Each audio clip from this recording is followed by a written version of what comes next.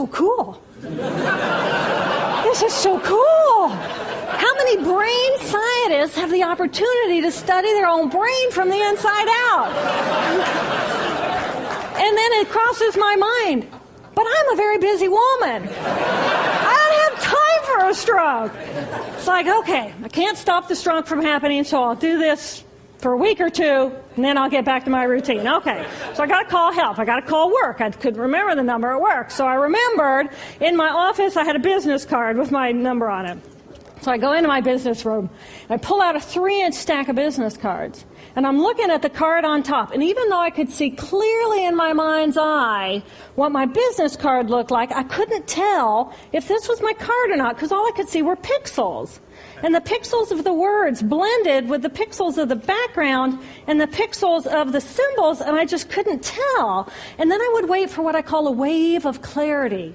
And in that moment, I would be able to reattach to normal reality. And I could tell, that's not the card, that's not the card, that's not the card. It took me 45 minutes to get 1 inch down inside of that stack of cards. In the meantime, for 45 minutes, the hemorrhage is getting bigger in my left hemisphere. I do not understand numbers. I do not understand a telephone, but it's the only plan I have. So I take the foam pad and I put it right here. I take the business card, I put it right here, and I'm matching the shape of the squiggles on the card to the shape of the squiggles on the foam pad. But then I would drift back out into la la land and not remember if when I come back if I'd already dialed those numbers.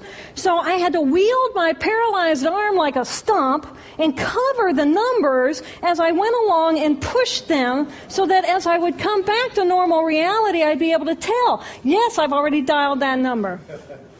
Eventually, the whole number gets dialed, and I'm listening to the phone, and my colleague picks up the phone, and he says to me, and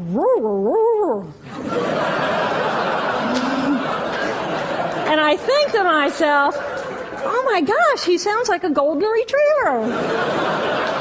And so I say to him, clear in my mind, I say to him, this is Jill, I need help. And what comes out of my voice is, and I think, oh my gosh, I sound like a golden retriever. So I didn't know that I couldn't speak or understand language until I tried. So he recognizes that I need help, and he gets me help.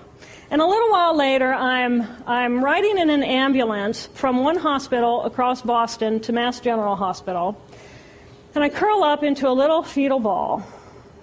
And just like a balloon, with the last bit of air just right out of the balloon, I just felt my energy lift, and I felt my spirit surrender.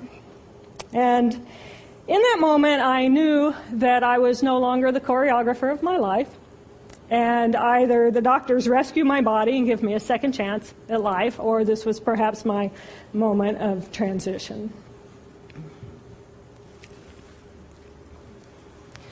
When I woke later that afternoon, I was shocked to discover that I was still alive. When I felt my spirit surrender, I said goodbye to my life, and my mind was now suspended between two very opposite planes of reality. Stimulation coming in through my sensory systems felt like pure pain. Light burned my brain like wildfire, and sounds were so loud and chaotic that I could not pick a voice out from the background noise, and I just wanted to escape.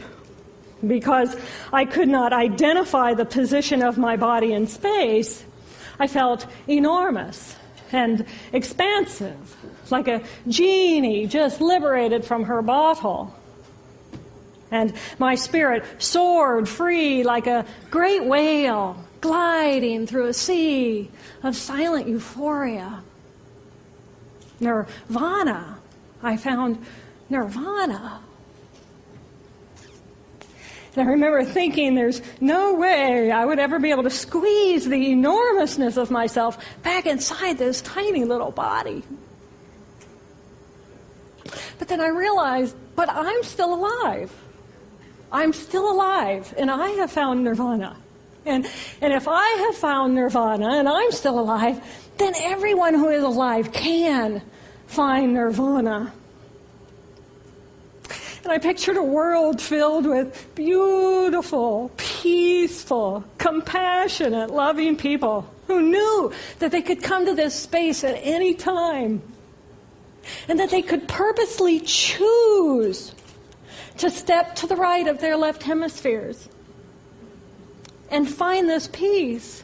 And then I realized what a tremendous gift this experience could be. What a stroke of insight this could be to how we live our lives. And it motivated me to recover. 2.5 weeks after the hemorrhage, the surgeons went in and they removed a blood clot the size of a golf ball that was pushing on my language centers. Here I am with my mama, who's a true angel in my life. It took me 8 years to completely recover. So, who are we?